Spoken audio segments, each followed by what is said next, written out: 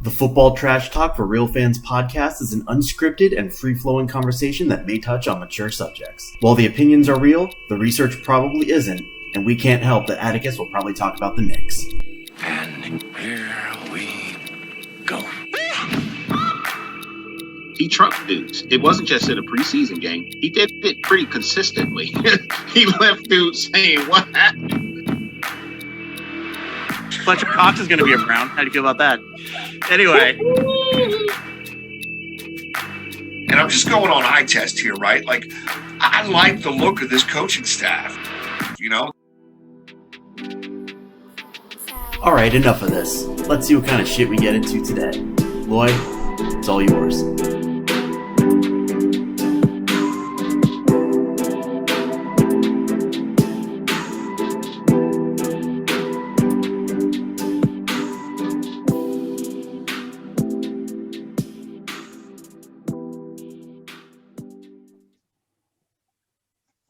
All right, so we are back for another fun-filled week of Football Trash Talk for Real Fans. Sunday morning easy breezy podcast, if you would, done on Zoom. Of course, we have Atticus and Chris Groman, and we're going to get right into some free agency and then some draft stuff and talk a little bit about some of the trades that just kind of threw the draft into a tizzy, I think. And we'll go from there and see what happens. And as always, I'm sure we'll talk about the Knicks and we'll talk about Ohio University at some point in time. Got to work them in. It's what I'm here for. But yeah, so we're about a week and a half into free agency. I feel like a lot of the big names, a lot of the big signs, there's still a couple big names out there, but a lot of the major signings have been done. So I'd like to go into a little bit of winners and losers. And just to kick it off, because I didn't talk about them a whole lot last week, I'm going to go ahead and say it. The Browns.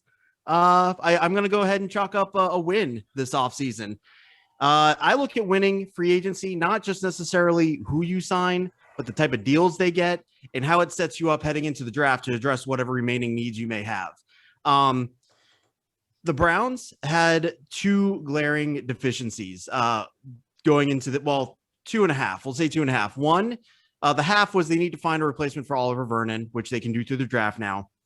They needed to bolster the linebacking core, and they needed to upgrade their secondary.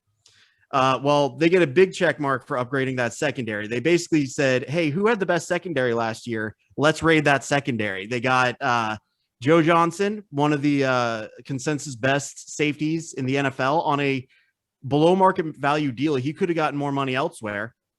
They got him, and they also got one of the cornerbacks from the Rams. So they went to the best secondary and got two of their key pieces who are now on the Browns.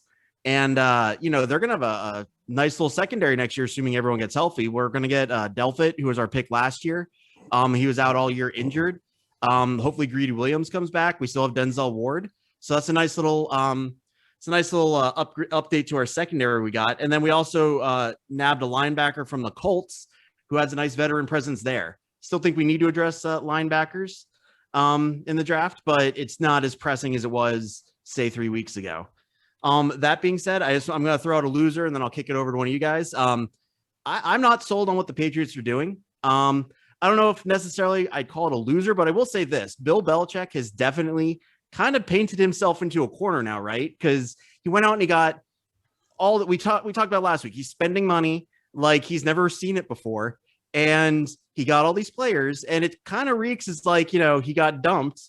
And now he's like, on Instagram posting like just hanging with my new boys, like that kind of stuff. And if this team doesn't make the playoffs, which is going to be hard to do in that division, I think it's going to hurt his prestige a little bit more.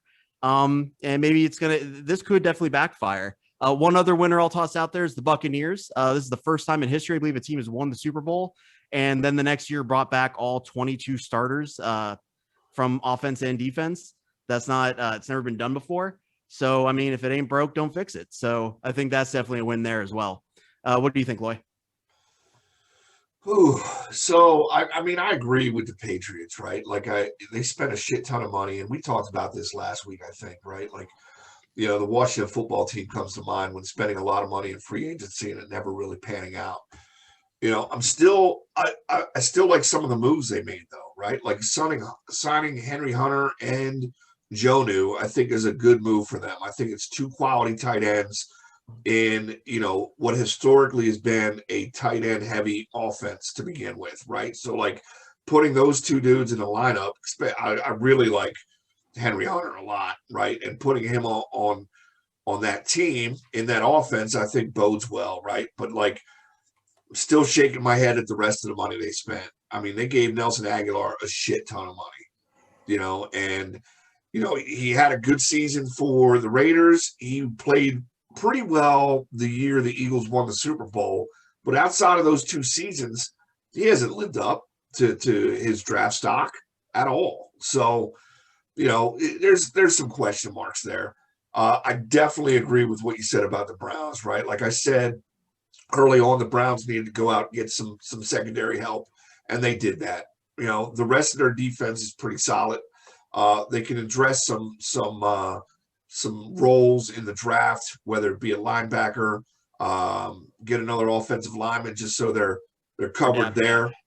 I like what the Browns did.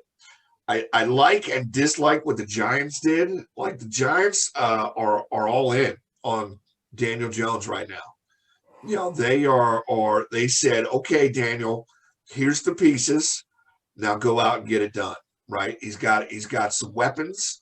I don't think. I mean, Kenny Gallaudet is just one of those, and I speak just from a fantasy perspective. Always liked the dude. He's my 5th, 6th, 7th round pick that I think is gonna, put me over the top in the rankings and win me weeks that I shouldn't win. And he's just never lived up to that, right? Mm-hmm. And he had Matthew Stafford throwing the ball to him.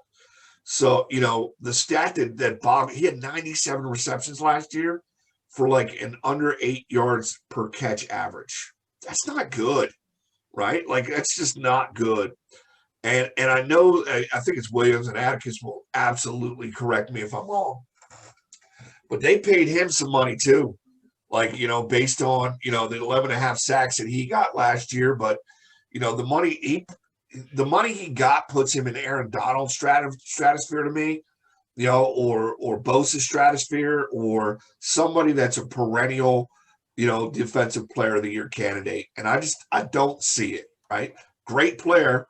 He's a ball hawk when he's on the line. He had a ton, like, that's the stat that blows my mind, is he knocked the ball down like 30 or 40 times last season, which is, a pretty it's usually not a remarkable stat line, right? But I think it's super important, when you're talking about defensive line, when they're knocking the ball down. So, that would be the 3 that stuck out to me, other than the Eagles not doing shit, in free agency. They did sign a safety, and his name is skipping my brain right now, but I think that was a quality signing. That's an upgrade from Mills without a doubt. And definitely a hole of many that they needed to fill. So, the one other thing I just want to throw in about the Giants before we let Atticus loose on it is I kind of feel like this is they're kind of going the Baker Mayfield strategy with Daniel Jones. And what I mean by that is they're loading up the offense. And like you kind of touch on, they're saying, all right, big boy, here's your chance. If you can't figure this out by saying Thanksgiving, we're going to find someone else who can figure this out. Because now you got weapons, you got a good line.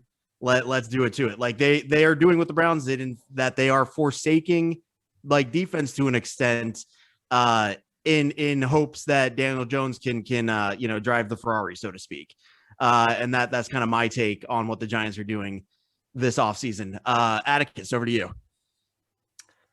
Yeah, so you guys started off talking about the Patriots. I agree 100% of where you started off, Chris. This is definitely a season, if Bill Belichick doesn't steer this team into the playoffs. I'm not even going to say in the playoff contention, but the playoffs, it will do something to tarnish his legacy. Brady has already, with a book bag, went down to Tampa Bay, picking up that trophy, he has already done his part to show that you wanted to see who was the reason why we won all those championships, had that tremendous run into the postseason for as many years as we did. Well, here it is. So I agree.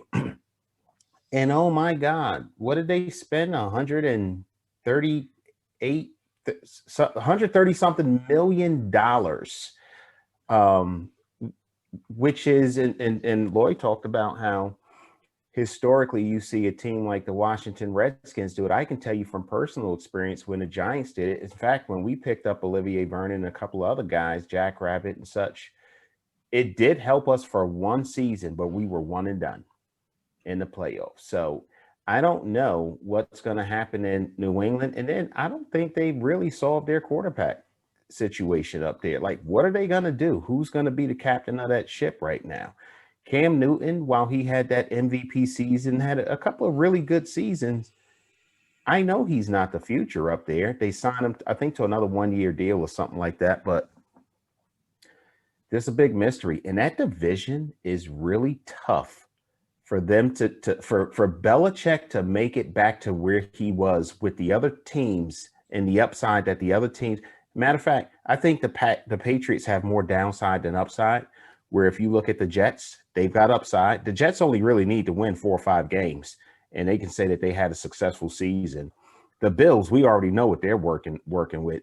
And then they even signed, I forget the kid's name, number 10, the quarterback that came from the Bears, which is a solid backup quarterback, probably isn't a good starting quarterback. Trubisky, yeah. So they're going to be okay. In Miami, while they're still a puzzle, I think there's more upside with Miami than there is with them being downside.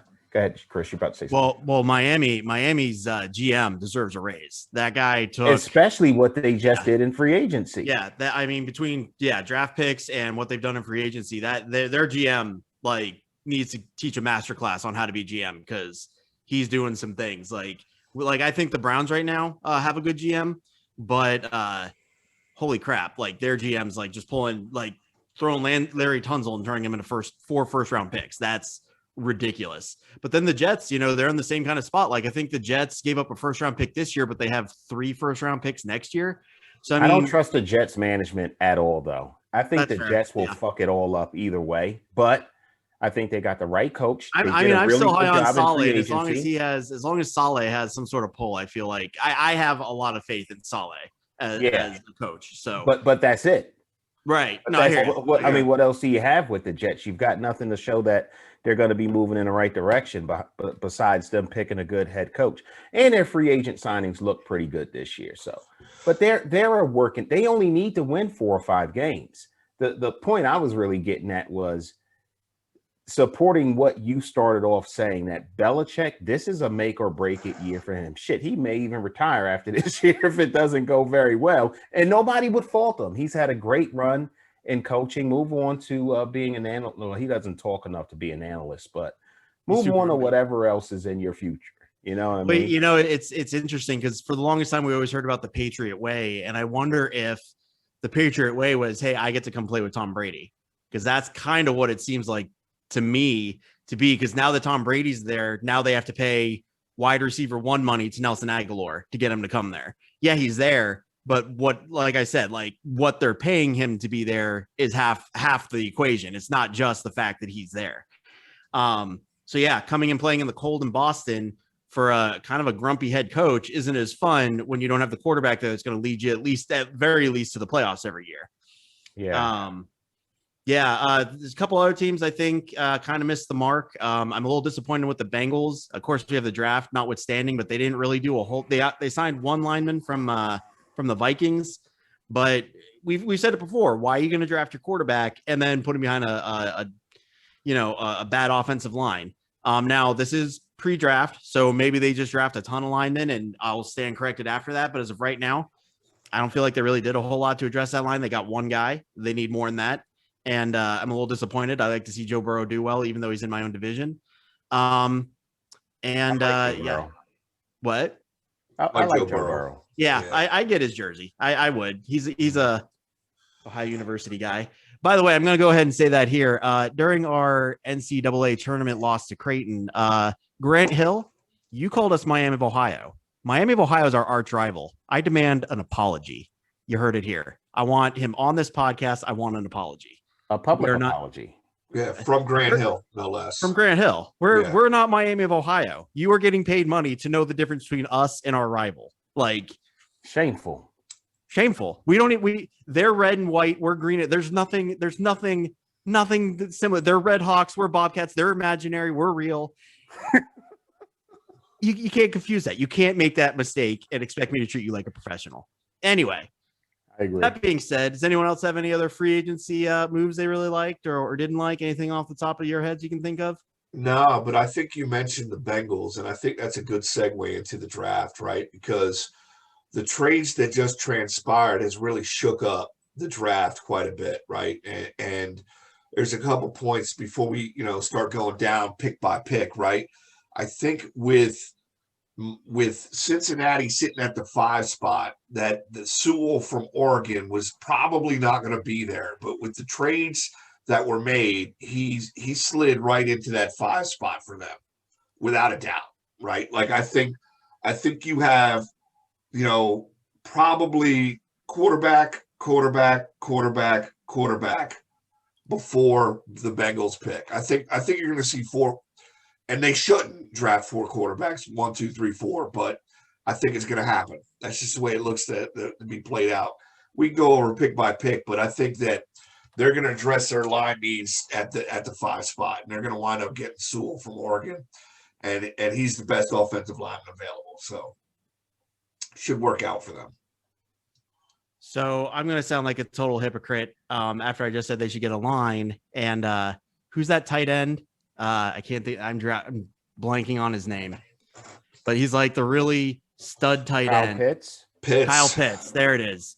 I would, outside of getting a lineman, if they were to get Kyle Pitts and then draft line the rest of the way, I would not kill them for that. I think that would be a stellar pick at 5 for the Bengals. And again, as much as I hate to give free GM advice to the Cincinnati Bengals, you can't go wrong with Kyle Pitts.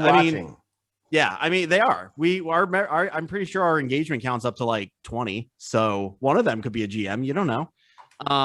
Could be. But yeah, I think Kyle Pitts. Would be a steal of 5. So I kind of wanted to go through the first. We'll see what we get to, but I'd like to aim for the first 15 picks today. We'll just do the first half of the first round. So the top 3 picks, and this includes all the recent trades, are the Jaguars, who I think are pretty set. The most interesting one in the top 3 is the Jets, because I think they have a bunch of different ways they can go. And then the Niners, who have now moved into the 3 spot. So with that being said, is it open and shut that the Jaguars are going to take Lawrence? Do we see any scenario where they take someone else? No. There's no scenario where they take somebody else. Everybody is ranking this kid the top prospect, and they have for a few years now, right? And I mentioned on some previous podcasts that I know a few people that have seen him play live, and he's a specimen, and they cannot, they have Gardner Minshew right now, and he's a great storyline, former porn star coming in playing for the Jaguars. He's a novelty who can throw the ball every now and again. He's Fitzpatrick, right? And on a really, really bad team. So they need Trevor Lawrence. It's the only choice they have. They messed up super bad when they drafted Blake Bortles. I think 5th. I think they took Bortles 5th in the draft.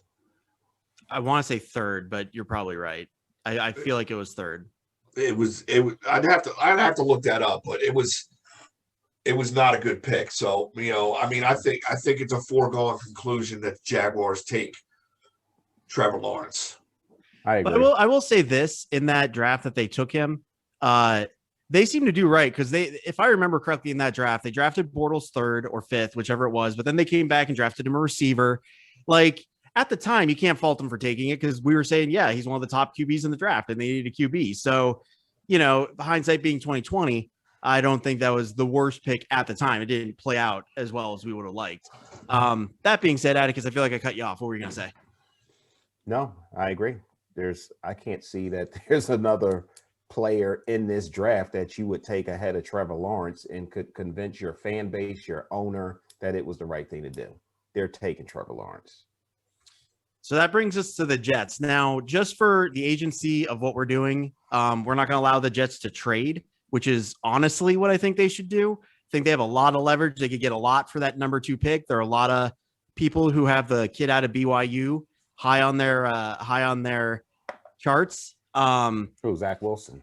Yeah, Zach Wilson. I don't think getting a rookie in Wilson really upgrades you over having Darnold. I don't think Darnold's been given a fair shake. And I think they could go do a lot of good by trading back, acquiring picks, and loading up around Darnold and bolstering the defense. That being said, I think it's too hard to speculate trades and make it make sense for us. So do they take Zach Wilson, or do you see them going another way? I'll jump in. Like, I think whether they trade it or they take it themselves, I think Zach Wilson's going number 2, right? So right now, I think the Jets absolutely draft him, right? If they decide that they want to stick with Sam Bradford or Sam Darnold, if they want to stick with Sam Darnold, that's the decision they'll make. But Joe Douglas didn't draft him. I agree with you. I still think the kid's got a high ceiling. I don't think he's been given a fair shake. The Jets have been horrible.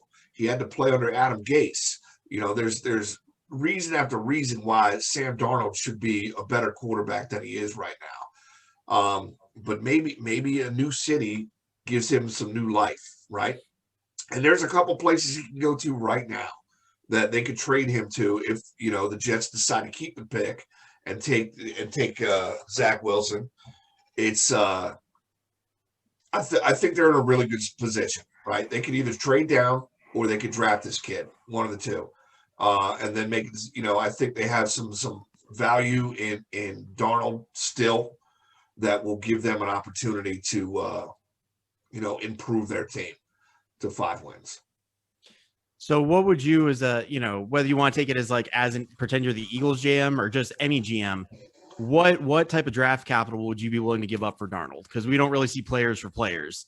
So what kind of draft cap? What do you think Darnold would be worth? Like I would be, you know, as a GM that needed a quarterback, I could see giving up a third round pick for Darnold. Do you think that's about fair? You think that's too much? I think it might be a little too little, right? But I don't think that he's going to, you know, get much more than that, right? Like you look at Carson Wentz. Wentz got a first and a conditional second, which will probably become a first, right? So you have those picks, and that's really the only comparison I could make when it comes to trading for a quarterback that's a starter in this league. So maybe a couple 2s, maybe a 2 and a conditional 3. Like, I think it's going to take a couple draft picks to get them. Do you got anything to add to all this, Atticus? I do. I think that I've been very critical of Sam Darnold over the years. A lot of it has just been football banter, right? I think that Sam Darnold has been in a really bad situation with the New York Jets. I think that he hasn't reached his ceiling. I think that he has a lot to offer still. His ceiling is very high. I think Adam Gase did more to tarnish what Sam Darnold could be than Sam Darnold did himself. I think he was put in really bad situations. That being said, it doesn't matter how good Sam Darnold's ceiling or how high his ceiling potentially is, how good he was in college. He was a number 1 draft pick, and I don't think he has met anywhere near his potential. You can't pass up.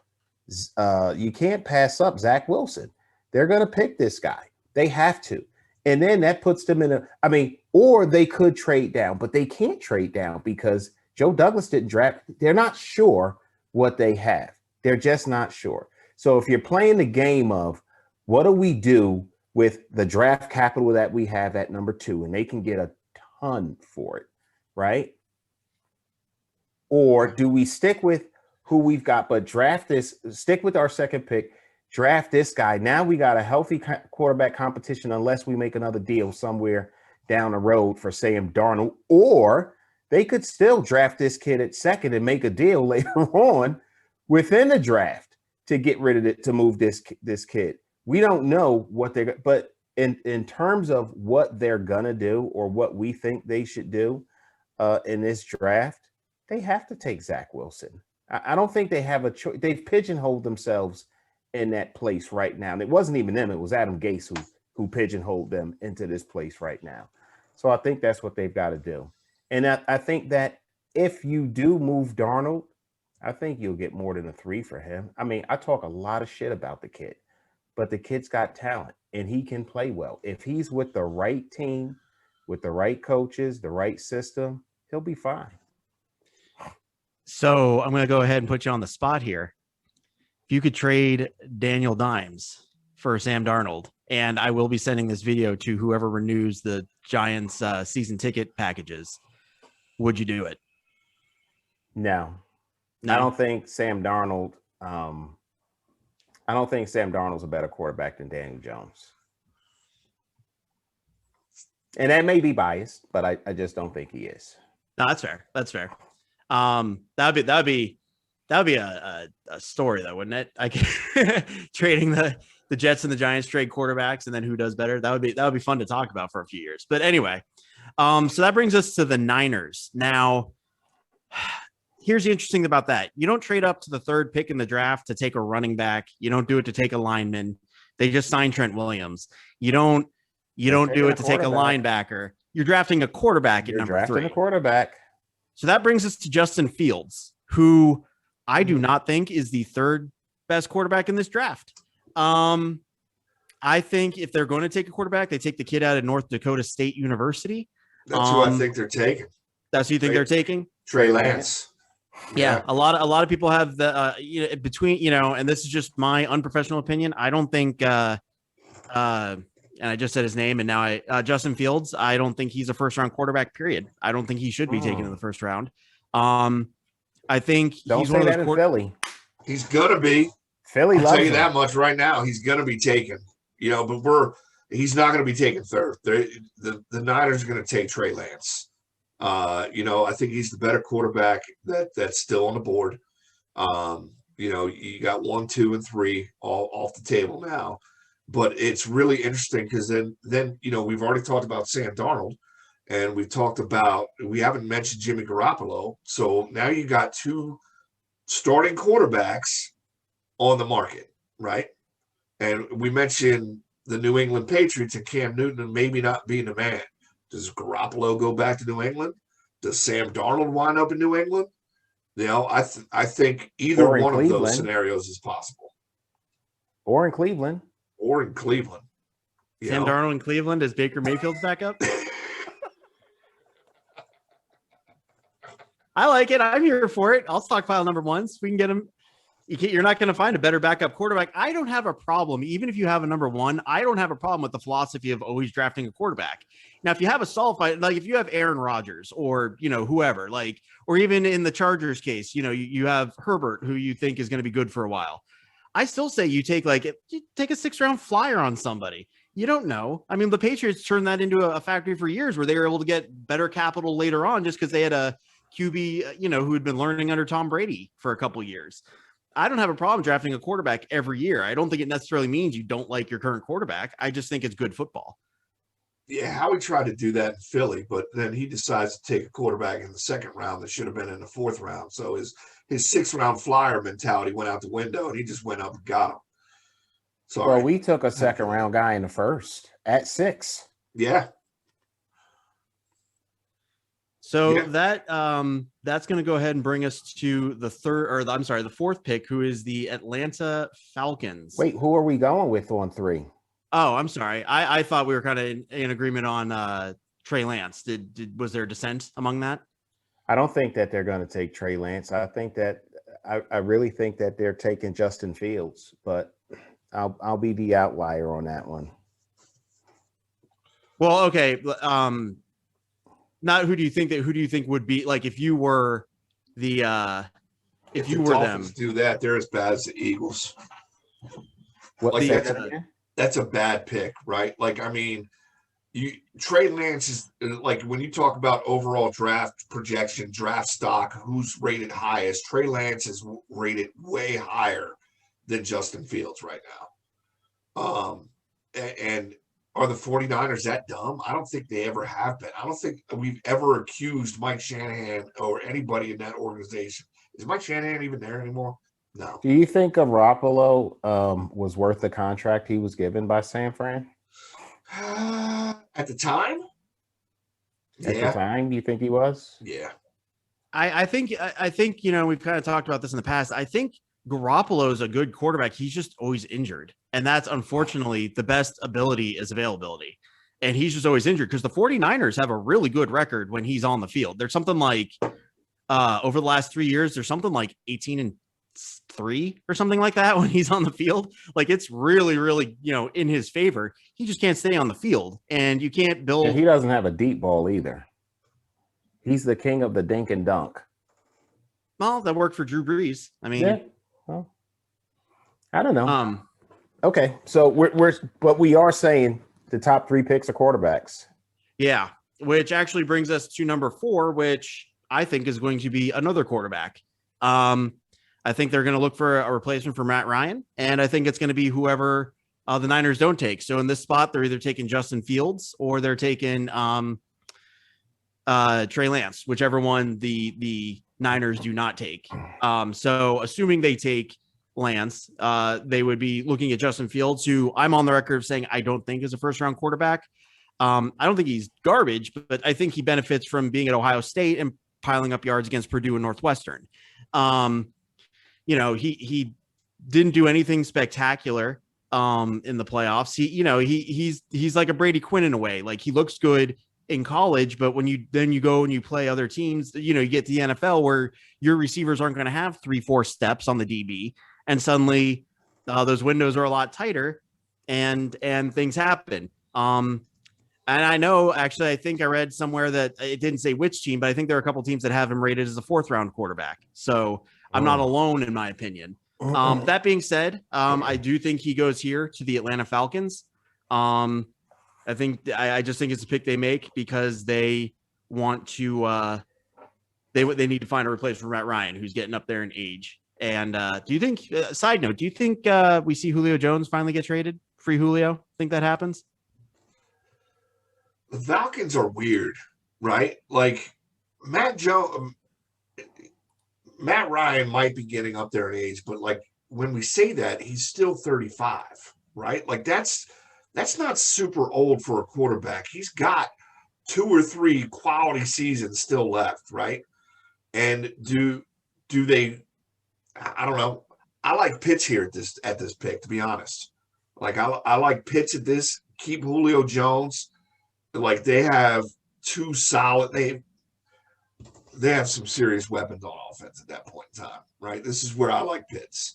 I don't think they should draft a quarterback. Not yet. Go find them in the 4th, 5th, 6th round if you want to do that. Bring somebody in that can learn for a couple of years under Matt Ryan and go that route. I just don't think now's the time to spend a 4th pick on a quarterback when you still have viability with Matt Ryan. Yes, they were 4-12 last year, but Well, and that's kind of my take because I'm in the mindset that you're building for the future with this pick, not necessarily next season. Because I think it's getting to a point where since they made it to the Super Bowl, like the apex of this team was 28-3 in Super Bowl, whatever that was, about 5 years ago. Ever since then, they haven't even come close to sniffing the playoffs. I think the Matt Ryan, Julio Jones, like the team as is about as good as we're going to see this team.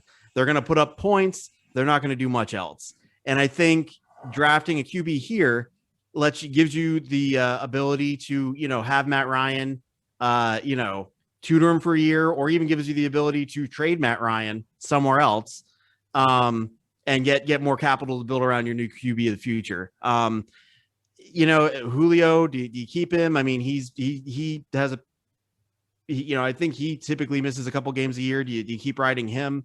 I mean, I think maybe you just blow it up before the wheels completely fall off. Maybe you go ahead and just kind of blow it up early. Well, you still can get some value for the pieces you do have and start over. And I think you do that with a quarterback. Yeah. I don't know. I really like I like the Falcons. I like Arthur Blank. I like how he treats his players, his fans. I mean, it's the only stadium in the league where you can buy a hot dog for $2 watching a game. Everywhere else, you're paying $20 for a fucking dollar hot dog, but he's loyal to his players. He's loyal to his coaches. He's a real good owner. And I think that that's probably been a part of the problem with Matt Ryan, as good as he is as a quarterback, as good as Julio Jones is. I mean, I think that Matt Ryan, he is young. He's very, 35 is not old in terms of quarterback. He's certainly nearing the point where you're having the conversation about moving on from him.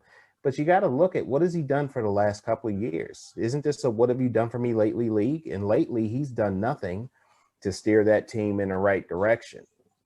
Can he do it? And the question is, why isn't he doing it? I can't answer that. I don't pay enough attention to the Falcons to say that. But from the outside looking in, they have to be looking at making changes after going 4-12. You have to be. Are they going to rock the boat and get rid of or look at a new prospect and start a quarterback controversy by picking up either Trey Lance or Justin Fields? I don't know. I know from the outside looking in, that would be my play at this point. If nothing else, you got one of the better players in the draft and you got more capital.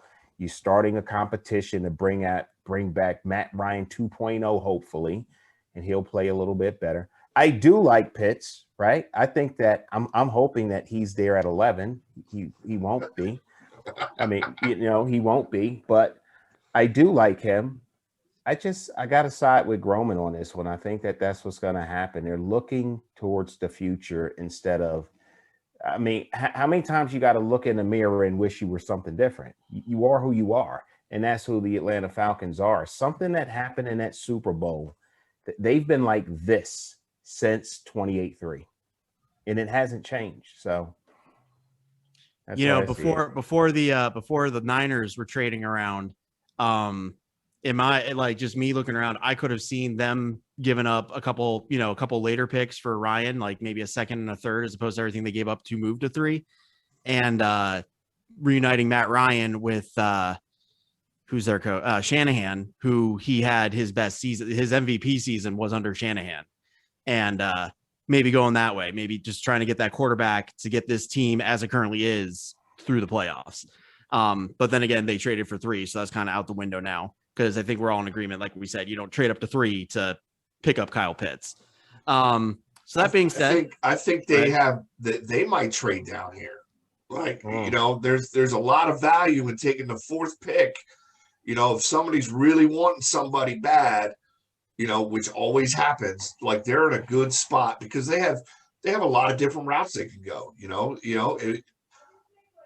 I could see them trading this pick and trading down, getting some draft stock going.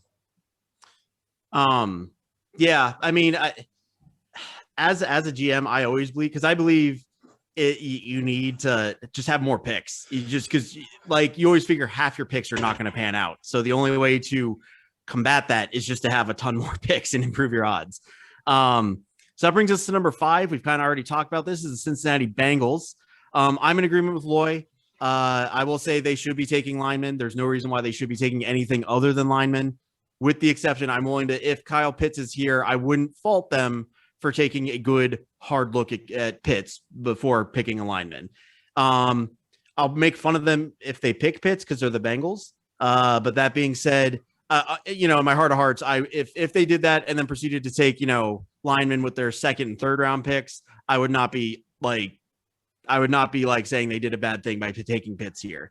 That being said, lineman's the play, and that the dude out of Oregon, I think is the way to go here. Your guys' thoughts?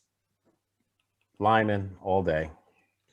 All day. He's the 3rd best player in the draft in my book, right? And to get him at 5, it just makes sense. Unless they want to do something stupid, like if they can go out on a limb and take Chase here, which wouldn't be. I think Chase is probably the 2nd best player in the draft, but lineman makes the most sense. You need to keep Burrow upright. He's your franchise. He's a stud. I think he played well. It's still the Bengals. They've still got a lot of holes to fill, right? And like, you can go for the sexy pick or you can go for the logical pick. Logical pick is offensive lineman.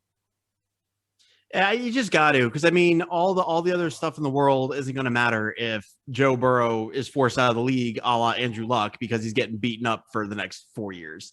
So, yeah, I think you got to go lineman. Yeah, I think, and it's one of those things, because it's not, like you said, it's not a sexy pick. No one enjoys. We, as football, the good football fans understand it, but even someone like me, I'm not. Even when they drafted Joe Thomas, like obviously one of the best picks the Browns made in the quagmire of since they came back. But at the time, it's not sexy. You want to see the quarterback. You want to see the offensive stud.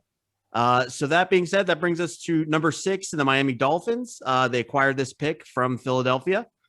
And with it, I think they go playmaker. A lot of the mock drafts I've seen, depending on which one you look at, it's between Jamar Chase from LSU and Devonta Smith from Alabama. And it's kind of a toss up to which you personally like better. I like Jamar Chase simply because I like LSU more than I like Alabama. But one of the, it's whichever one you guys see, but I definitely think the play here is someone like an explosive playmaker. They have a decent defense, at least for the time being. They have, they seem settled on Tua at quarterback. So what do you guys think? I think Smith is the second best receiver coming out of Alabama in this draft. That's number 1, right? So, and I've already said I think Chase is the second best prospect coming out of this draft, rating-wise. So the play here is absolutely Jamar Chase. Kid is a stud. He put up, he sat out a year, but he put up some ungodly numbers. It's just sick, and Tua's gonna have to perform, right? He's gonna have a serious weapon. I'm not sold on Tua. I'm not sold on Tua either. I mean, and that's another situation where you give it, just like Daniel Jones is in now, you're giving this guy all the pieces that he needs to show what he can do. I mean, Tua's got more time to show because this is be his second year in the league, but you give him a top-rated receiver through the draft and they develop some chemistry quickly, or they don't develop some chemistry quickly, it's going to tell you a lot about what you're working with at your quarterback position. Yeah, it's hard because it's hard to get their feeling on Tua, and because of how they've positioned themselves, this feels like a luxury pick where they can kind of swing for the fences a little bit. So yeah, I definitely think playmaker, and I definitely think a receiver. Yeah, and like you said, it's going to kind of set up the Daniel Jones situation where, okay, we're going to give you a whole slew of weapons to see what you can do. You got a year, let's see what you do. It'll be interesting because their schedule is probably going to be a little tougher this year too. But we'll see. Yeah, I think the jury's still out on the Dolphins and their feelings on Tua, which makes it hard to project what they're going to do. So at number 7, we have the Detroit Lions. We think they're going with a receiver though, right? Yeah. Yeah, I think we're pretty sold on receiver for them. Which receiver do you think they're taking, Atticus? I don't know. I don't think they could do bad with Chase or Smith. Either one will do well for him. If it were me, I would probably take Smith over Chase. But that's me. Well, the leader to Smith, what gives him a few points in my book, is the fact that he obviously played at Alabama with Tua. So there might be some of that instant chemistry just from, playing together previously. Mm-hmm. So for the sake of this, what do you guys vote? Heads up or hands up for Smith, just so we can take one of them off the board when we discuss future picks? Smith. Okay, we'll just say they take Smith.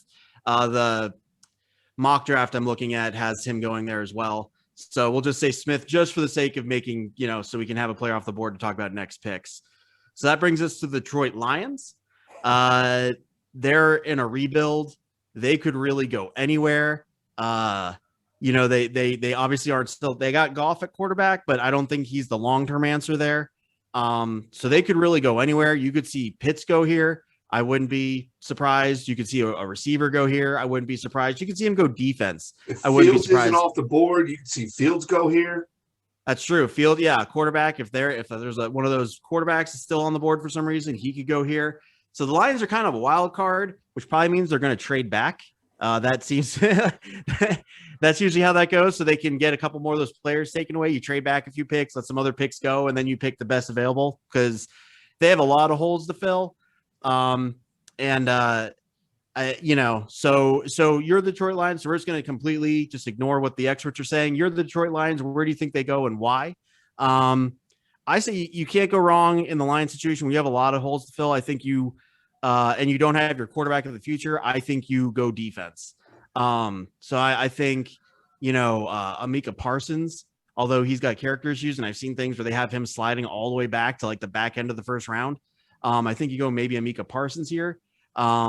Or you go, maybe an edge, although I don't know if there's any edges in the draft that should be taken this high.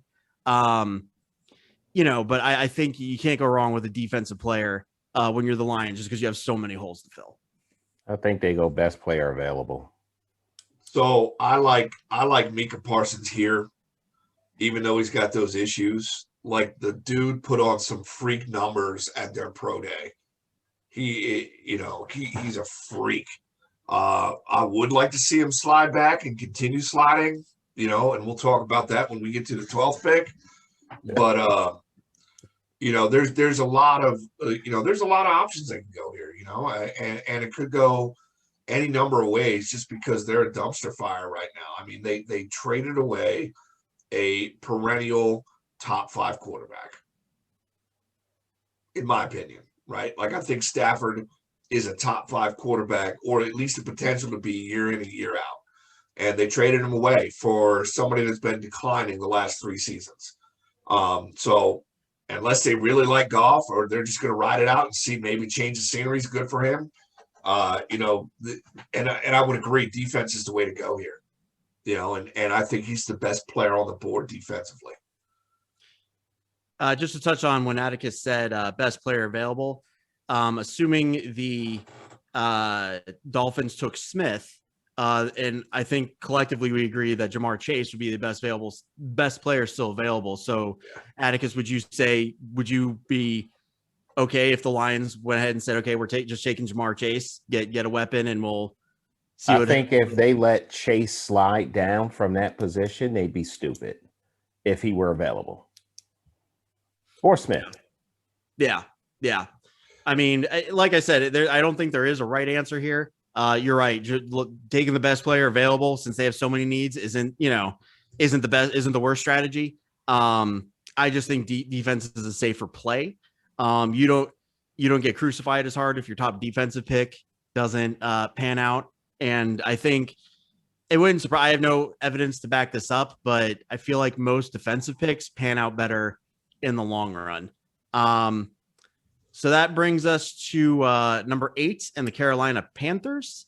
Again, this is a thing where they just need offensive weapons. I think the best available out of Kyle Pitts, Jamar Chase, Smith, any of the top receivers or Pitts is a good spot here. Compliment, they have what's his name coming back?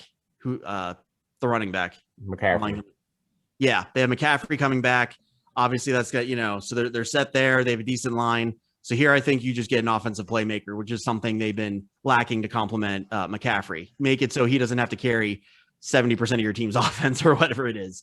What about you, Lloyd? Do we think Fields is off the board? Yeah. I'm not sure we do. We do, because San Francisco or Atlanta, if San Francisco picks Lance, Atlanta's taking Fields. This is what we were saying. And if for some reason Atlanta doesn't, I don't think he gets past Detroit. I think if one of those perceived top 4 quarterbacks gets to Detroit, I don't think they're getting past Detroit. So I think by this point, it's safe to assume that the quarterbacks are gone. The quarterbacks are gone. Except for Matt something. There's one more guy. Oh, the guy from Alabama. I'm going to be an outlier here. Alabama. I think Fields slips to 8, and I think the Panthers take him. Really? Yeah. They're not sold on Bridgewater. No. I think the Panthers have made it pretty obvious they're not sold on Bridgewater. So, Really? yeah, they just about anyone that would look their way, they're like, hey, we'll trade you Teddy Bridgewater. So, The caveat here for that statement is Parsons with his off-field troubles, right? Like, how far does he slip? Because he should be a top 10 pick without a doubt. I think I mentioned that he put on some freak numbers. He is insanely good. It's just the off-field troubles. And if he's going to slip outside the top 10, I think Fields is off the board. I think that you're right. He'll go at, either 7 if Atlanta doesn't take him, Detroit takes him, so He won't get past Dallas. Dallas won't let him go. Who, Parsons? Yeah. No, they won't. They'll take him in a heartbeat. Yeah. They like that kind of player. So characteristics. you can put down what you want as far as a player, but I'm going to be an outlier here, and I'm going to say this is where Field slips to, and they take him at 8. Okay. Yeah, I do agree if Fields is here, because I feel like they've kind of burned the bridge with Teddy Bridgewater, so they need something there. That being said, I don't think Fields makes it this far, so I think they go offensive weapon. Like I said, Pitts if he's available, or one of the top receivers, whether it be Smith or Chase, depending on if for some reason they slip. I think that so they're going to end up with either the best tight end in the draft or one of the 2 best receivers. Is where I see that going. Will Greer on the Panthers? Isn't he the backup there? He put up some pretty nice numbers out of West Virginia last year. And for whatever reason, he hasn't panned out in the NFL. Don't know why. I haven't seen him play. He hasn't gotten much time at all. I still have him on my sleeper fantasy, on my dynasty team, just riding the bench just in case he shows up somehow. But like, they're not even talking about Will Greer. Wow. At all. So that's going to bring us to number 9.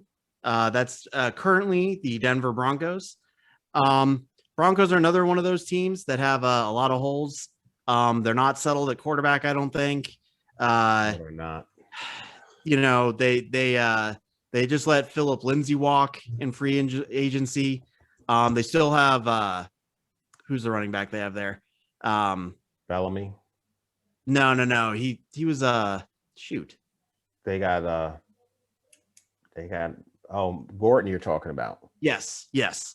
They still have him at running back, but I can't think of any receivers off the top of my head on their team. So they kind of have a lot of holes to fill. Von Miller might not be playing there anymore. So we'll see what happens there. I think this is a team again that could go a lot of different ways. If they want to try to do the whole like, okay, we're going to give our QB a bunch of weapons or a bunch, get him protected. Maybe a lineman goes here. But again, they're a team that, and I know we said we can't do this, but they're a team again. I say, they have so many holes. You trade back and you see what's available at your new spot, and you go from there. Just so have other people kind of make choices for you in a way. That being said, assuming they don't trade the pick, I say they go lineman. You got to build something somewhere. The guy out of Northwestern is rated pretty highly. I think he's another high-end first-round lineman, according to everything I'm seeing. So, what's his name? Slater out of Northwestern, Rashawn, I believe. So he'd be good right here. But this is another team that's just an enigma. They got a lot of question marks and one pick to fill it with. So, what do you guys think? Best player available. I agree with lineman, right? Like, I think he's pretty highly rated to begin with, so I think that's a logical pick for them. I think when you're talking about best players available, they don't have offensive linemen, whether it's tackle or guard, rated anywhere outside of Slater. I think you got to go down to like 20 and beyond when you start seeing other offensive linemen being ranked as far as best player available. So, solidify the line. That's what I would do as a GM, and that's, I think you gotta plug this player in there. So next up at number 10 is everyone's favorite team, the Dallas Cowboys. I think defense is the obvious play here. And I think at this point in the draft, the best, assuming Micah Parsons is off the board, the next best defenders are all in the secondary, which they can definitely use help from. I believe I posted a video when they were playing the Browns of my roommate's dog flopping around on the ground, and it was pretty accurate to what their secondary looked like. So that being said, the DB, there's a bunch of DBs that are highly rated. The mock draft I happen to be looking at has them going with J.C. Horn out of South Carolina. But I honestly think out of all the positions, scheme helps the best with when you're picking DBs. I think the scheme of your defense is the biggest predictor of how well your DBs are going to do. Because Richard Sherman, for example, on some teams isn't going to be great, but then he goes to the 49ers and he's still a stud, and the Legion of Boom, he's still a stud. But you put him on man-to-man, you try to play him like you play Darrelle Revis, and he's not going to be as great. So that being said, I'm not going to try and get in the weeds on cornerbacks. So I'm just going to go with what they have. They have J.C. Horn. Sounds good enough to me. What do you guys think? Horn or Surtain, one of the two. They're going, I think they go either one of those. And I can't fault them for either one of those picks. They need all kinds of help on defense. I don't care if you look at secondary or linebacker, because Van Der Esch, while he played very well, they still had Sean Lee on the roster last year, who's just aging and never available to play. Last year, Van Der Esch was like a shadow of his former self. So they need help at the linebacker position. They definitely need help in their secondary. They were probably one of the worst defenses we saw in the league. They were terrible at even stopping a run. So I don't know that you can go wrong if you went with secondary. Like we talked about, Micah Parsons, if he's available at 10, they're not going to let him go. Anything on defense they can't go wrong. They cannot go wrong. Any player that's highly rated on defense is what they're going to go with. You in agreement there, Loy? Yeah. All right, so we'll go ahead. I feel like we've spent enough time talking about Dallas. So on to at least one of our favorite teams, the New York Football Giants at number 11. Noticing a lot of NFC East teams here at the top of the first round. There he anyway, goes. There he is. So we got the New York Giants. I feel like they're set on offense. So I feel like they did a lot to address offense. I think finally their offensive line's in a good place. When they played the Browns last year, I can't think of the tackle's name that covered Garrett, but he did a real good job all game long. I mean, he gave up a couple hurries, but Garrett's one of the best in the league, so that's going to happen. He seemed to hold up pretty well all game, though. So I feel like on offense, they're pretty solid. It's going to be whether Daniel Jones can make it move or not. So that being said, I think they go defense. And I'm just going to go ahead and kick this to you right away, Atticus. Where do you think they go on defense? I'll tell you what, I don't think our offensive line is as good as you just alluded to. I think that they showed moments of promise, but we just lost one of our linemen. I forget, Zeitler. We let him go to free agency, or he retired or something, and good riddance to the guy.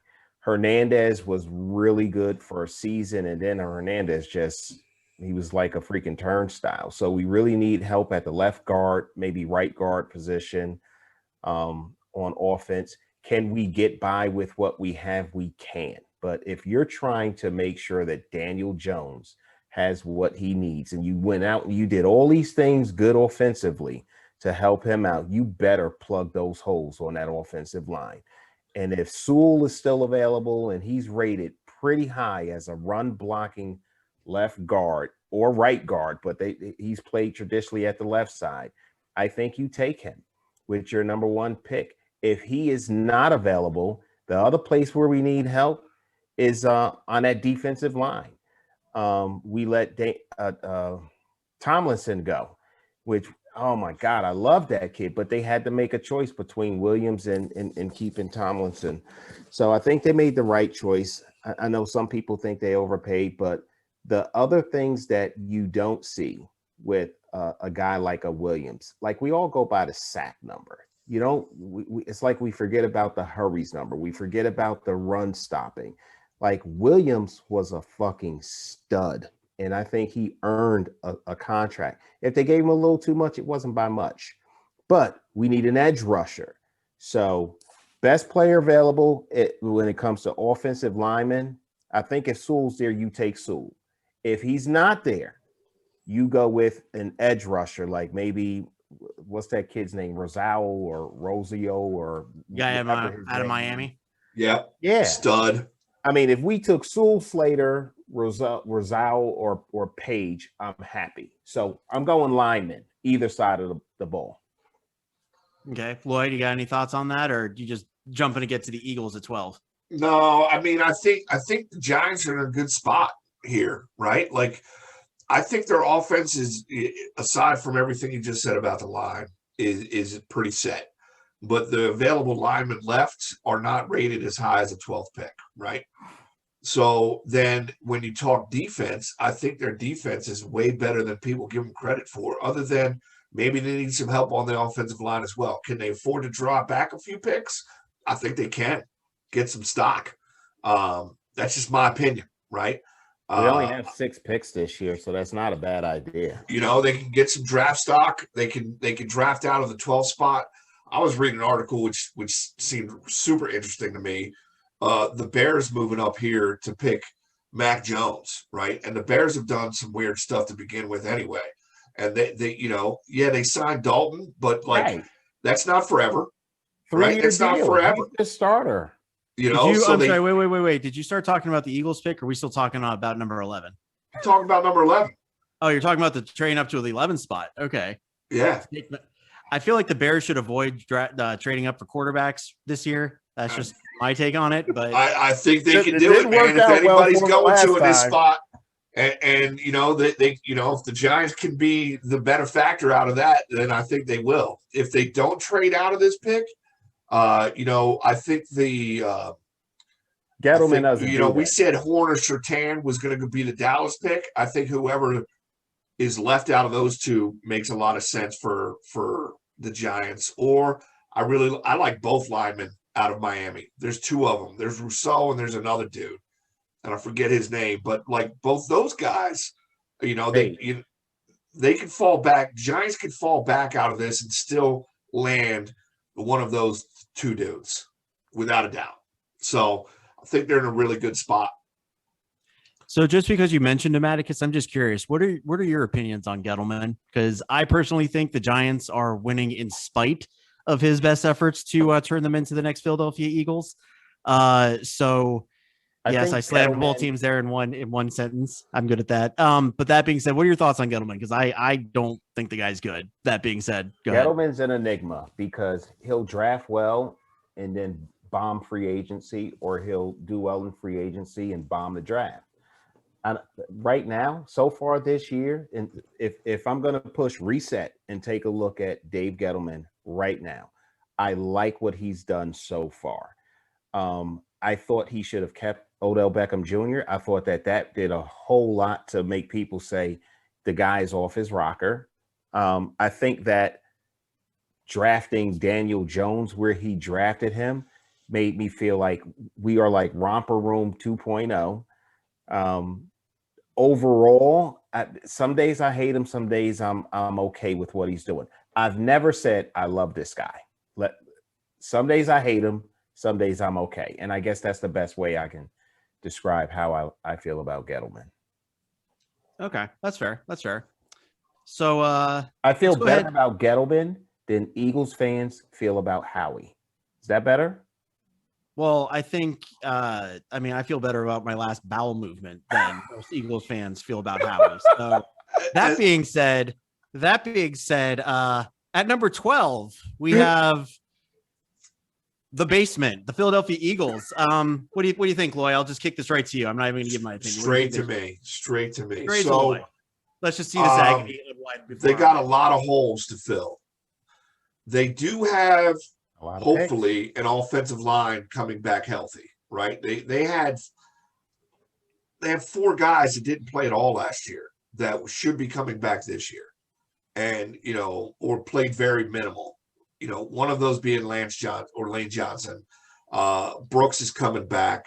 Dillard's coming back. So like they have some guys with some question marks coming back, and like I kind of like that, right? I like the fact that they traded back here. I think as much as I fucking hate Howie, I think it was a good move, right? Like dropping back 6 picks to the 12. gives them options. They can drop back from this pick, to be honest. However, I like Waddle here, right? Like we haven't mentioned him. They need a wide receiver, that brings some flash and flair, and Waddle does that. And you think he's better than here. You think he's better than Smith, right? I think he's better than Smith. Yeah. Smith to me is Smith. I hope he can, stay upright in the league because he's a talent. But I think Smith goes first just because he's got the hardware to go back, to back up his play. And I think Waddle drops to here, right? So, I think that's a good pick. I also think the two corners that would be on the board are both gone, right? Like whether it's we already mentioned Surtain and that other kid, J.C. Horn. I liked Fairley, but the more I read, he just had some back surgery. That scares me. You don't draft him. I like Parsons because I believe that the Eagles have never paid any attention to the linebacker position. But there's the all-field stuff. So I think they're in a really good spot at 12. I like Rousseau. I like him, them drafting another edge to eventually replace Brandon Graham. So I think they're in a really good spot here to get a quality player, best on the board, that fills a hole, right? How he does with this draft will determine my opinion of him for the rest of this season. You like Mac Jones at all? Fuck no. No? No. There's no reason for the Eagles to draft a quarterback right now. There wasn't any reason for them to do it last year at 2. No, but they're in a spot where if they, Jalen Hurts should have an offensive line in front of him.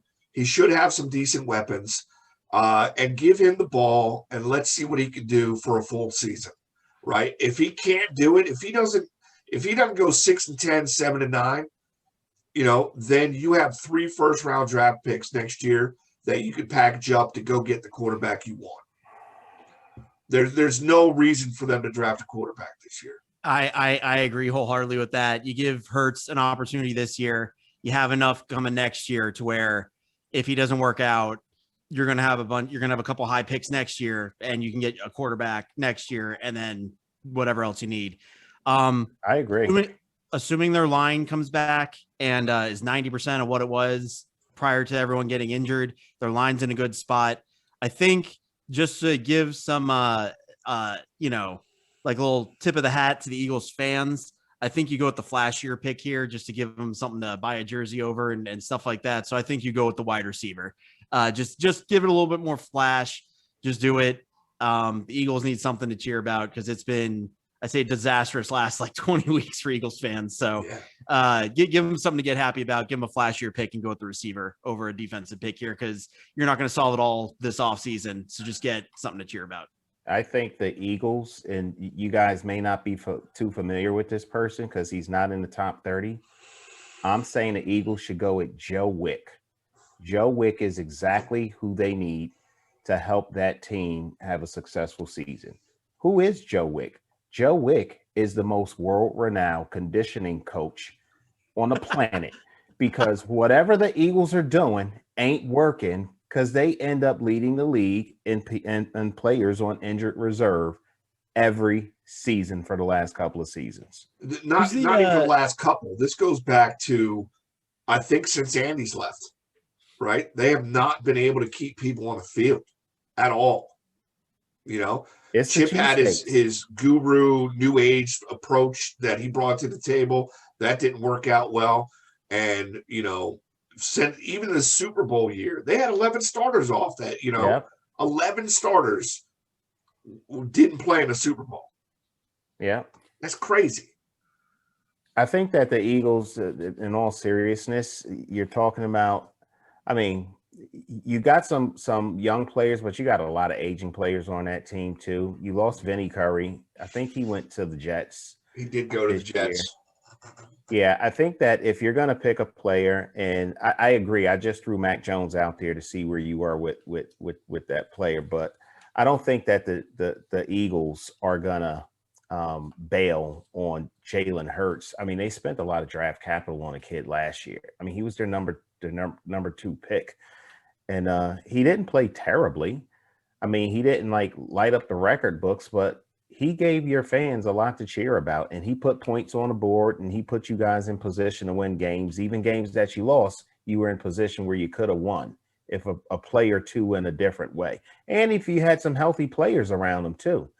So I think if the Eagles are going to do something, it's either going to be on the defensive side of the ball. They're going to look to replace some pieces that are either getting older and slowing down or injury prone or whatever the case may be. And that's what would be the smart move for them. Good news for the Eagles. If Wick happens to be off the board at 12, they can always go with Billy Blanks. He's doing Geico commercials. Billy Blanks, he really is. Like we can get some air boxing. They can't get injured if they're air boxing. So that brings us to 13 and the Los Angeles Chargers. I think you go offensive line here. You protect your quarterback of the future. They got decent weapons right now. They don't need to necessarily upgrade right away. I like San Diego. Yeah, San Diego's in a good spot right now. They're in a tough division with the Chiefs. I don't think they're going to catch them in one division. So I think, or in one off season. I'm sorry. So I think you. By the way, I would just like to point out: did you guys catch where? Not to completely derail this conversation, but where Tyreek Hill was like, "Nah, man, I signed a contract. I'm not restructuring." I saw that. I like that. I find that great. But it's starting. That's what happens when you pay your quarterback a lot of money. That being said, I think you protect him, and then this is a future building pick. So I think you go with an offensive lineman. There's the guy out of Virginia Tech who's still rated as a early first round pick. You can get him here at 13. I think that's a win. And because they have a good offense. And then you can bolster the defense with your later picks. What do you guys think? I agree, 100%. I wouldn't be mad. Quarterback.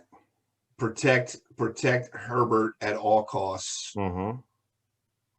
Dude's a stud, and they're, I don't think they need help in the wide receiver department, right? Not at this position. The worst problem they have at wide receiver is the fact that Keenan Allen just gets injured a lot. That's probably the biggest problem they have at receiver. But other than that, when they're all healthy, they have a decent receiver core.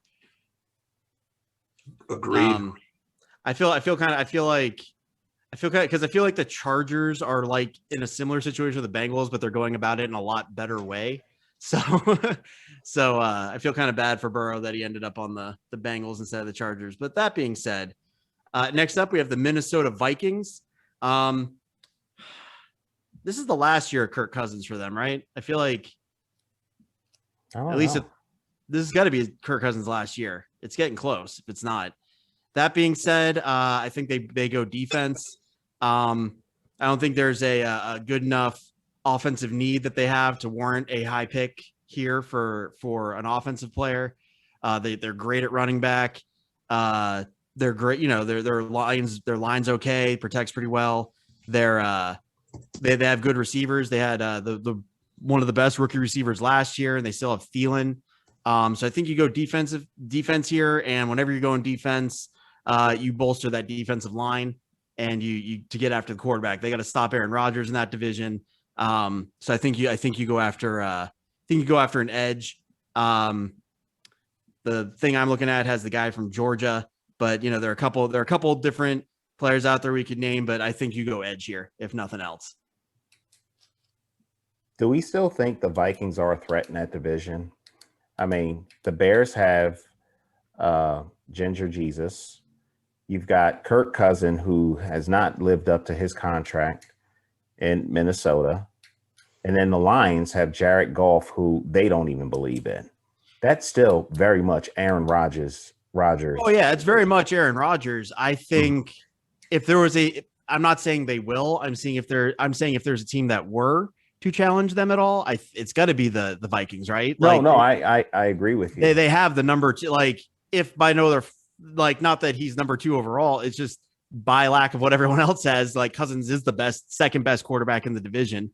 And they have really segueing into what would put the Vikings in position to really challenge defense. The Packers, their defense. Yeah. So they have to look at defense if they're good, because even though Kirk Cousins hasn't lived up to his contract, Kirk Cousins has played very well in certain situations. I think he threw 5 touchdowns in one game or something like that last year. I mean, he looked really good, but I think they still lost that game too, didn't they?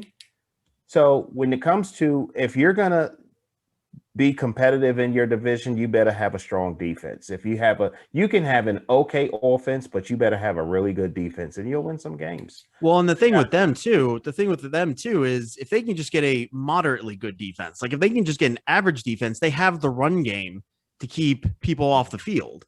So they just need a defense that can stop Aaron Rodgers.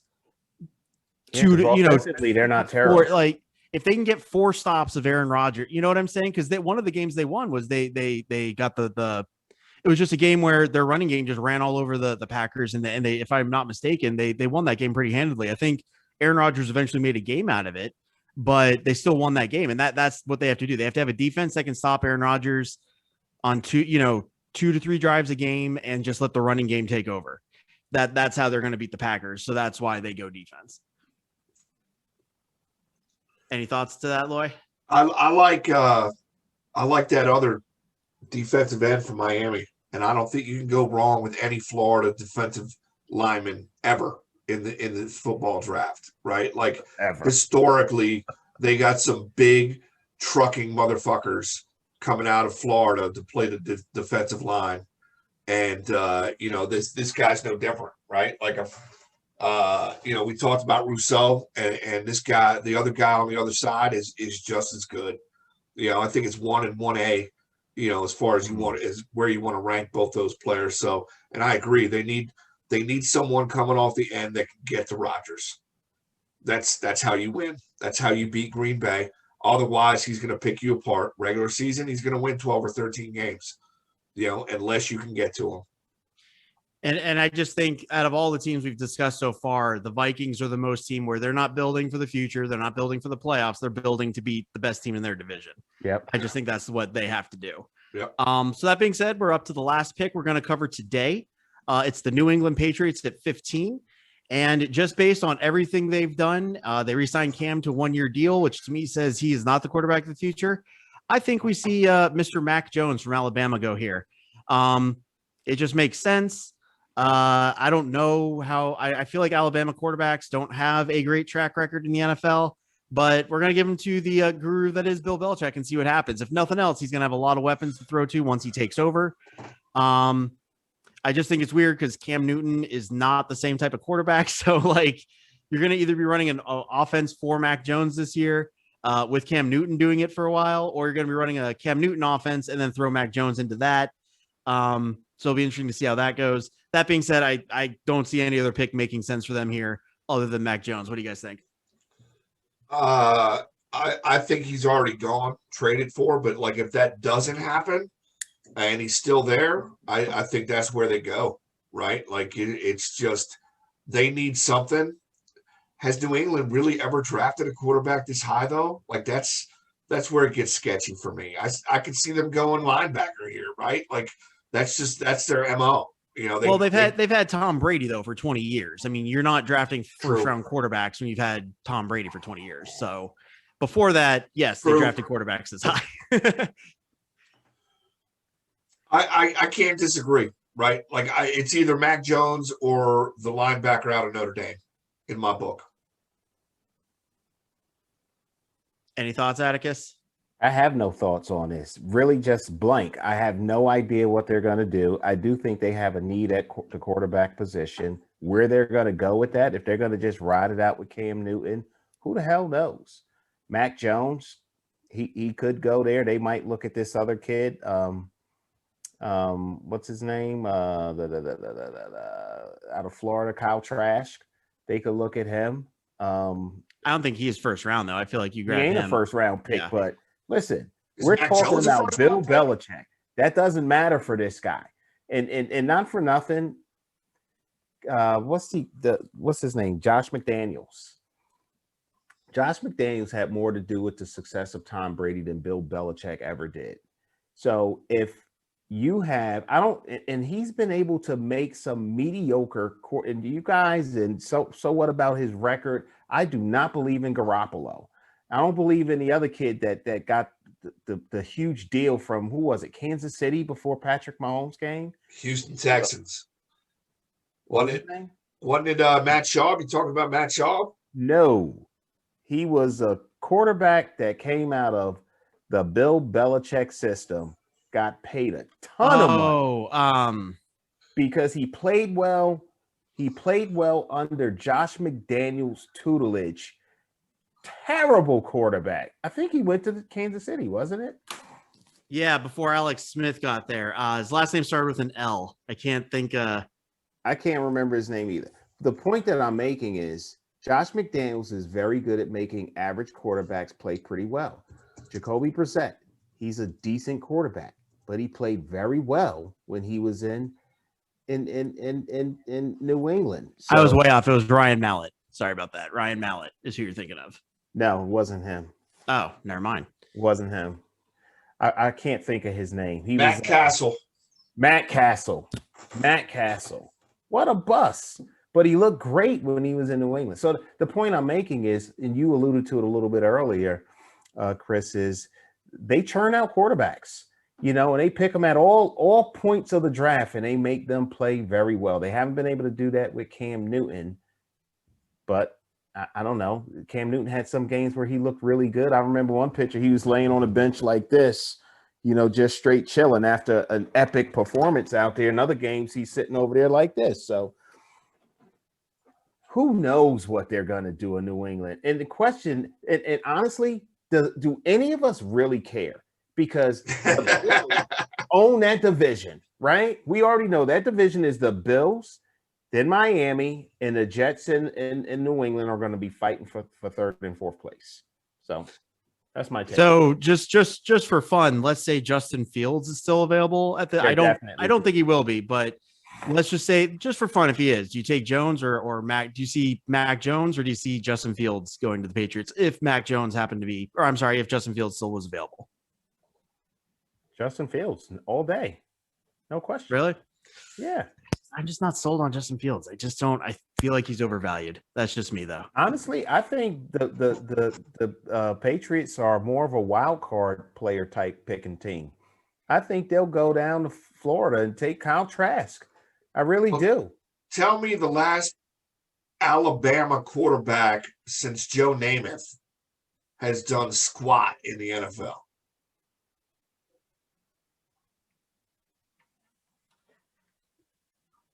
TikTok. I mean, are we allowed to call Jalen Hurts an Alabama quarterback? I don't think we can. Like Oklahoma. I'm gonna call him an Alabama quarterback just to do it. So there, Alabama quarterback. You get it done. Right. But Oklahoma's turned him loose. Yeah. Well, and I think it's the same thing as Ohio State. Like, yeah, the SEC is the SEC, but they still beat up. I mean, they still beat up on the Citadel every year, and the bottom half of the SEC isn't like Vanderbilt's not that much better than Northwestern. You know what I'm saying? So I think it's you got guys on a stacked team is going to look better playing against whatever. 100%. So I'm going to pose one last question to you guys for today. And before you do that, Chris, and I know you weren't prepared for this, but I'm going to throw a wrench. There's 32 teams, and we've done 15 when 16 is half. I just thought of that too. If we're going to do half the first round, we should go one more. Well, I mean, if we really want to be, we should go to the 20s, just so that way I can talk more about the Browns next week. But it just saves you more time for the Browns next week, bro. Yeah. All right, fine. So at 16, we'll do 16. We got the Arizona Cardinals, who, by the way, aren't re-signing Larry Fitzgerald, it doesn't seem like. So didn't Patrick Peterson go bye-bye too? I think so. So, and I think Drake did. Didn't Drake Kenyon Drake just got re-signed to another team, didn't he? He got overpaid by another team. I think it was the Las Vegas Raiders. Yeah. So they have decent backfield for them, but so anyway, so they've had an interesting offseason. I feel some of their signings have kind of overshadowed some of their losses. That being said, where do you think they go? I feel like they're a team that they're better than some of the others we said could take best available. But at the same time, I think they have a lot of different ways they could go. They could, they might need a receiver. They could go receiver to replace Fitzgerald. They could go, go on the defensive end because they do have to play They have to play San Francisco, who's got a decent offense, and they're gearing up for a quarterback. They have Russell Wilson in that division, so maybe they go defense. Where do you guys see Arizona going? I like the safety from TCU, Trayvon Mooring, right? I would have said Caleb Fairley here to replace Patrick Peterson, but that back issue concerns me. I think he continues to drop. Maybe he doesn't, but I just think he does. And I think adding a safety in there that you could, possibly move into another secondary role. I don't think their line's bad, and I think they got some decent linebackers. Their defense is quietly actually decent, but missing or losing a Patrick Peterson is kind of a big deal. So that's where I see them going. Just for the record, the mock draft I'm following has Patrick Surtain going here. But I think we're kind of in agreement he's not going to make it this far. He's not going to make but it. That's where make it past Dallas. That's what they have. So they have him going secondary as well. Yeah. So I'm inclined to agree. Who don't they already have a really good safety? He's got a name starts with a B. Can't think. Who's the guy that got run down in that play with the receiver? I can't think of his name off the top of my head, but he's their safety, and he's really good though. That's the only thing I would say to that. So if they were to draft the safety at TCU, I think it would be to Buda Baker. You talking about Buda Baker? There you go. Yeah. I feel like they'd be, if they were to take that safety, I feel like it would be to, like you said, maybe to help him in a new position because Buda Baker. I mean, I'd like to have Buda Baker on the Browns. So, which is the standard that we go here with. Who would Chris like on the Browns? That's how you know they're a good player. Baker. Yeah. Baker Mayfield, Buda Baker, it all ties. It just flows off the tongue. So secondary help definitely. Like I said, the mock draft has Surtain, but I don't think he's going to be there. So I'm as good with the guy from TCU as anyone else. I was only prepared to go to 15. So yeah, I'm going to go with the secondary. Losing Patrick Peterson leaves a big hole back there for them. They have some good pieces, but he's big shoes to fill.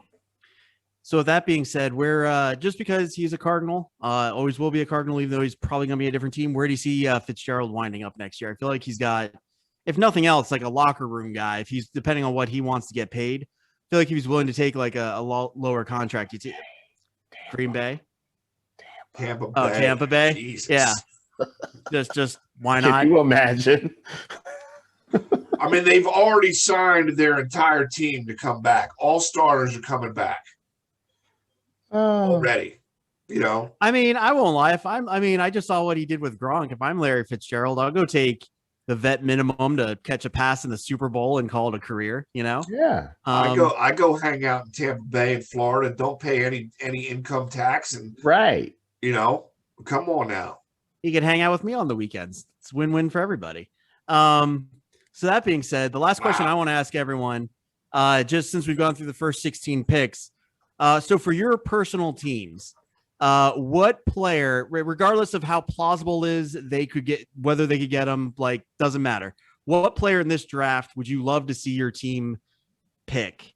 Regardless of even if it's like a quarterback that's going to go number one, doesn't matter. What player would you like to see your team pick in this draft?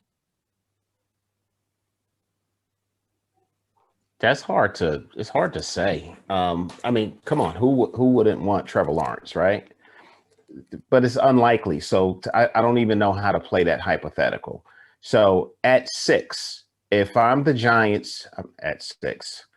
At 11, if I'm the New York Football Giants GM, I'm going offensive line or defensive line, period. If I can pick from every player that's available, say they're all on the board right now, I'm picking Sewell.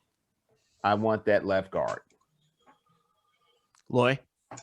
He took mine, right? Because I agree, right? Trevor Lawrence is the obvious pick here, right? But that's not necessarily where the Eagles are right now. So my mindset's not there, right? My mindset is the Eagles got a lot of holes to fill, and what makes the most sense, right? And the Sewell makes the most sense, as far as just putting somebody in there that's going to be there for the next decade plus, protecting your quarterback, whoever that is. See, for me, it's Micah Parsons. If I could get anyone, no matter how plausible it be, I just think Micah Parsons, because he does a couple things. He gives instant credibility to our linebacker core. And then also, I think I don't mean to interrupt you, but I have to. So you're not giving Trevor Lawrence a thought over Baker Mayfield, where Michael and I both said the obvious one would be. You're saying Baker's better than Trevor. So we're not. I'm not saying he's better. What I will say is right now they seem to have the offense tailored around Baker. He does well in our offense. And for 1 year, do I think Micah Parsons being opposite Myles Garrett on that defense, he can alleviate our need for another edge.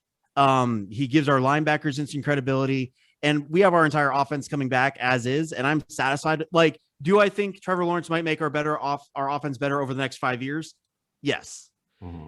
But if I'm looking as one move that we could get that I honestly believe could like just make us that more serious of a Super Bowl threat, it's Micah Parsons hands down. Well, I wouldn't be mad if Micah Parsons drops to 12, right? And I think there's a viability that he will, right? But I just don't think the Eagles take him over a sexy wide receiver pick. You think that the Cowboys and Giants would let him go if he were there? I think the Cowboys are taking Surtain. I'm just stuck on that, right? Like Surtain is I think the best cornerback in the draft, right? And I just don't think that the Cowboys let that go, right? I think the Cowboys have a much greater need at secondary than they do at linebacker. I feel Micah Parsons he's going to be great whatever team he goes to, right? But he's not going to matter as much if your secondary is getting lit up to the tune that their secondary was getting lit up. So, atrocious. Yeah, it was bad. It was real bad, yeah. And I just think it's so bad that unfortunately in that situation, Micah Parsons doesn't. He makes sense because he's good. He just doesn't make as much sense as like the number one corner does for the Dallas Cowboys. As far as the Giants go, haven't they just drafted secondary? Aren't they set? I love our secondary. You know what I mean? I'm very happy with the moves we made in free agency with our secondary. I'm really happy with how we played last year with our secondary. And we had a lot of injuries too. We didn't even get to see McKinney play, but 20 snaps last year. I mean, he was drafted. I forget where we drafted him, what position we drafted him, but Xavier McKinney was a highly rated safety coming out of college, coming into the draft. And we didn't get to see him play. I'm going to make a bold statement, and then I'm going to erase it because I'm recording. But I think the Giants win the division because crazier things have happened. I really do. I don't think it would be so crazy. I don't think it's crazy because I think the Cowboys find a way to fuck everything up. I think the Cowboys still get a wild card. And I think the Washington Redskins or Washington football team might actually push for another wild card. Really? Yeah. Their defense is really good in Washington. Super good. I think there's just a lot of questions on their offense. Two things I'm going to go with on that statement. One, I think Loy is trying a reverse jinx, I think is what's going on there. And two, I've mastered it, so you might be right. I've done it. The intro to our podcast says this is an unedited and unscripted free-flowing conversation. So you cannot edit what you just said, sir. That's recorded in the annals of time. It's at the end and nobody makes it to the end. So I'm good. I'm gonna make it to the end just to see if it stays, so we know what kind of. So I know the credibility of the people I'm working with. There you go. So I think that's a good spot. Next week we'll cover the back half of the draft and talk about the many ways the Browns are going to win the Super Bowl in 2022. How do you guys feel about that? Sounds good. I think that you're trying to find some. It's the anti-reverse jinx that you're putting on here right now. But I've already decided I'm gonna go full Atticus this year and just everything. It doesn't matter what happens, it's just what the Browns meant to happen. So we could lose our first 3 games by a combined 822 points, and that's just how we planned it, just to lure everyone into a false sense of security. Yeah. So that's just how we're going this year. So buckle up. Can't wait. On the plus side, I made a really good outro today. I hope everyone sticks around. And Oh, listens to that. loved it. Yeah. Great. I have to start plugging the outro on the description. Plugging the outro on. Yeah. If nothing else, we have a good outro. Yeah. No doubt. I'll take credit for it. Yeah. Anyway. All right, guys. I'll catch you next week. All right. 2 games over 500. That's right. Hey, that's all it takes in the East. That's all it takes. I think there's still 10 games left on that 20-game schedule, though. You guys have to revise your win-loss list, though. I never put a win-loss list out. Only Chris did. No, I said they were going to win 8. Chris followed you. No, I never put out a win-loss. He just said what their record would be. He didn't give a win. Go game by game. And then I just copied their schedule and just put a bunch of L's. I didn't even really you didn't much. I just said L. And you could have been right. I mean, honestly, it's kind of like you know how there's always there's the person in the in your NCAA tournament office pool that wins because they just went with whose uniforms they thought looked better. Yeah. I mean, that's kind of like what I did, and it's holding up pretty well. So, oh, you guys are savage. Savage. Mike, what's our record going to be? I said it was going to be 8-12 for that 20 games. I think I gave him 6. Gosh, you're way off. No, I'm not. You're way off. 8 no, and 12. I'm not. The 3 wins in a row throws me off, right? Okay. I thought you were going to split with Washington and definitely lose to the Bucks, but that didn't happen. Okay. So that throws me behind the 8 ball. But otherwise, you got Miami, Minnesota, Dallas, Detroit, Miami, Brooklyn, Boston. Win. Minnesota, win. Who else? Miami win? No doubt Miami win. Dude, no you doubt. You lose no Miami doubt. every time. Yeah, maybe if they do what the Bucks did. We have historically found a way to lose to Miami, but that was pre-Tibbs. Now we win. Okay. I mean, maybe he'll get Mitchell lucky. Robinson and broke his foot last night. We're still going to go down there and win. Okay. Maybe he'll get lucky, and the Heat will just play their B team, they'll just find the guy running the concession stand in the 5th row. They can just get him in there, and they can beat them like that because that's why. If they signed them, they thought that they had enough talent to beat us. That's on them. Whatever. Hey, when you're a Knicks fan, you gotta take it. I get it. You've won. You've lost. You've had the worst win percentage in the last 20 years. You got to take. I feel good about my over. It doesn't matter if my moment. It doesn't matter if I'm out there playing point guard and Loy's my power forward. You beat us with your professionals. That's good. Take it. I'll take it. It's good. It's okay. A W can't be a W with you guys. It just can't. I'll give you the Bucks, man. I didn't see that happening. You didn't see us sweeping the Wizards either. Well, I thought you were going to split with the Wizards. I don't know why they're that bad. The Wizards shouldn't be as bad as they are. But they're Bradley bad. Beal is leading the league in scoring. They're bad. And we shut him down. And you have they got Westbrook. And we shut him down. Did he play? Did he even play? He played the whole game. Beal and Westbrook were both on the court. I think they both logged 32 minutes each. Come on. So let's go down to the next 8 because that's all that's remaining from the 20 games. Next 8 games, Miami. What is their record so far? Out of the 12, what's their record? Out of the 12? Because if you said 8-12 and they've played 12 games, they should be somewhere around 6 and whatever, right?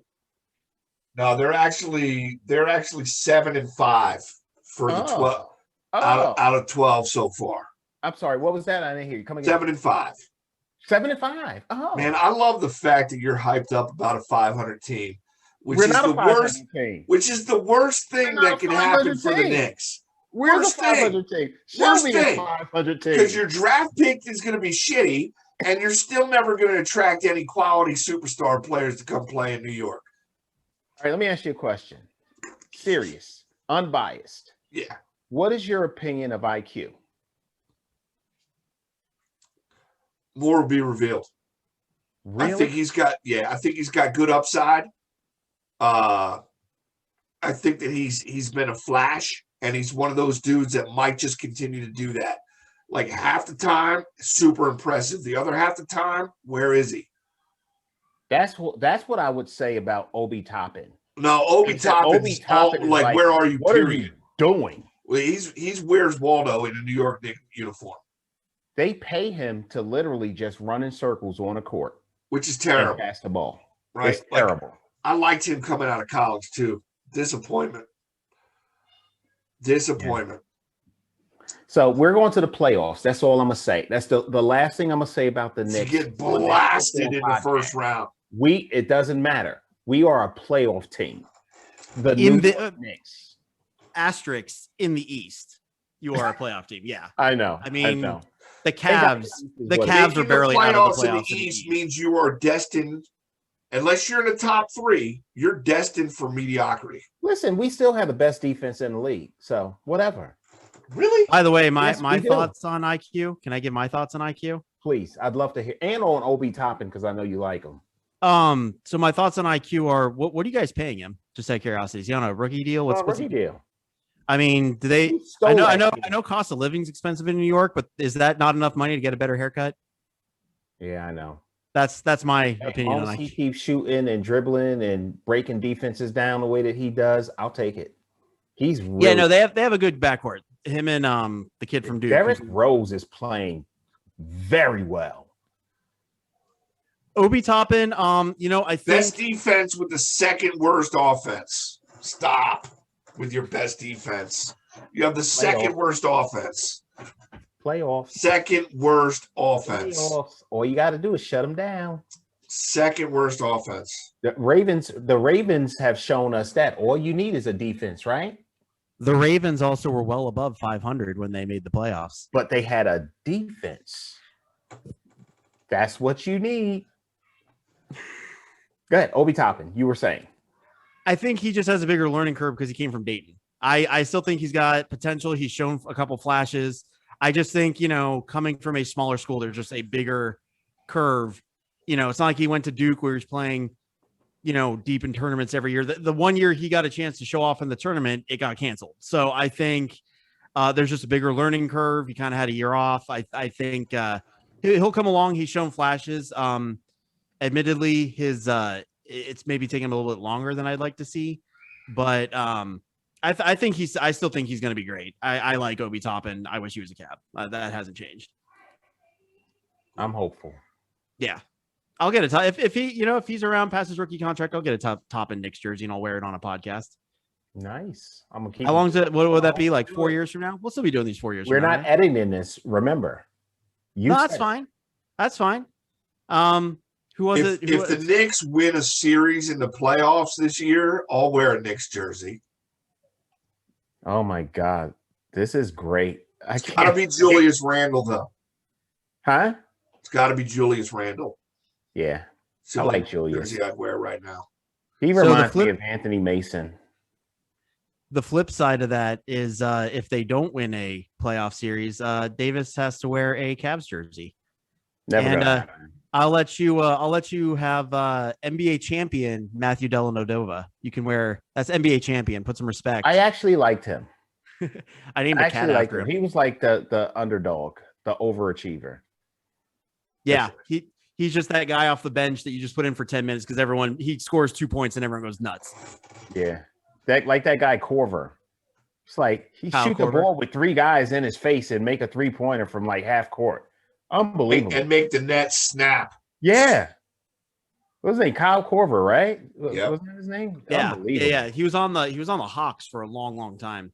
He was a Sixer. He was a Hawk. He was a Cleveland Cavalier. And he's like a JJ Redick, man. He's just a hired gun. Correct me if I'm wrong, but that's thanks to the Cavaliers. That's NBA champion Kyle Korver, right? Is that? Is he on LeBron's team? That year they won? I'm pretty sure. Yeah. Hey, Mike, get him, Mike. I can't remember. Well, everybody, that wraps up our show for this week. Thanks for listening. I know we played him in the playoffs. And here's a random weekly fun fact for you. I just don't remember if we won it that year and then he joined us. The New York Knicks have had a abysmal .402 winning percentage. That, of course, so that's plenty of basketball in our NBA or in our NFL Sports Talk podcast. Anyway, this has been the Football Trash Talk for Real Fans podcast. It's been a pleasure, and as always, F your team. F your team. F the Knicks. F the Sixers.